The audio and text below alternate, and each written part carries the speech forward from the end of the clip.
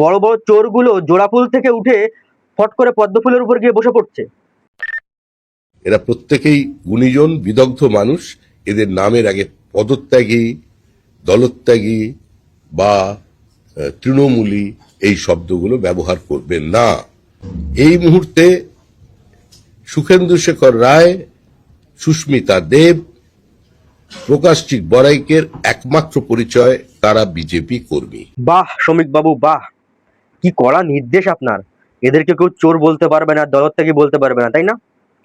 ওই হঠাৎ করে চতুর্দশ লুই, ষোড়শ লুই এদের কথা মনে পড়ে গেল। আমি রাষ্ট্র, আমার ইচ্ছাই আইন, তাই না? আপনি কখনো প্রাণের ভয়ে প্রাণ বাঁচানোর জন্য মাঠে বা জঙ্গলে গিয়ে রাত কাটিয়েছেন? বা দিনের পর দিন আপনাকে বাধ্য হয়ে আপনার পরিবারের থেকে দূরে থাকতে হয়েছে আপনাকে? অথবা আপনার পরিবারের বা আপনার নিকটাত্মীয়দের মধ্যে কেউ কি নির্বাচন পরবর্তী হিংসায় প্রাণ হারিয়েছে?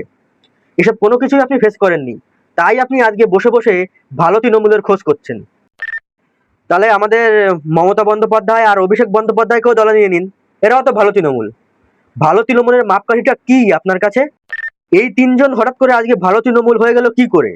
মানে কি, যে যত উপরি স্তরের চোর ছিল সে তত ভালো তৃণমূল নাকি? মানুষ পরিবর্তন চেয়েছে বলেই জোড়া ফুলের পরিবর্তে পদ্ম ফুলে ভোট দিয়েছে। তাহলে সেই মানুষগুলোকে আপনারা ঠিক কিরকম পরিবর্তন উপহার দেবেন বলুন তো?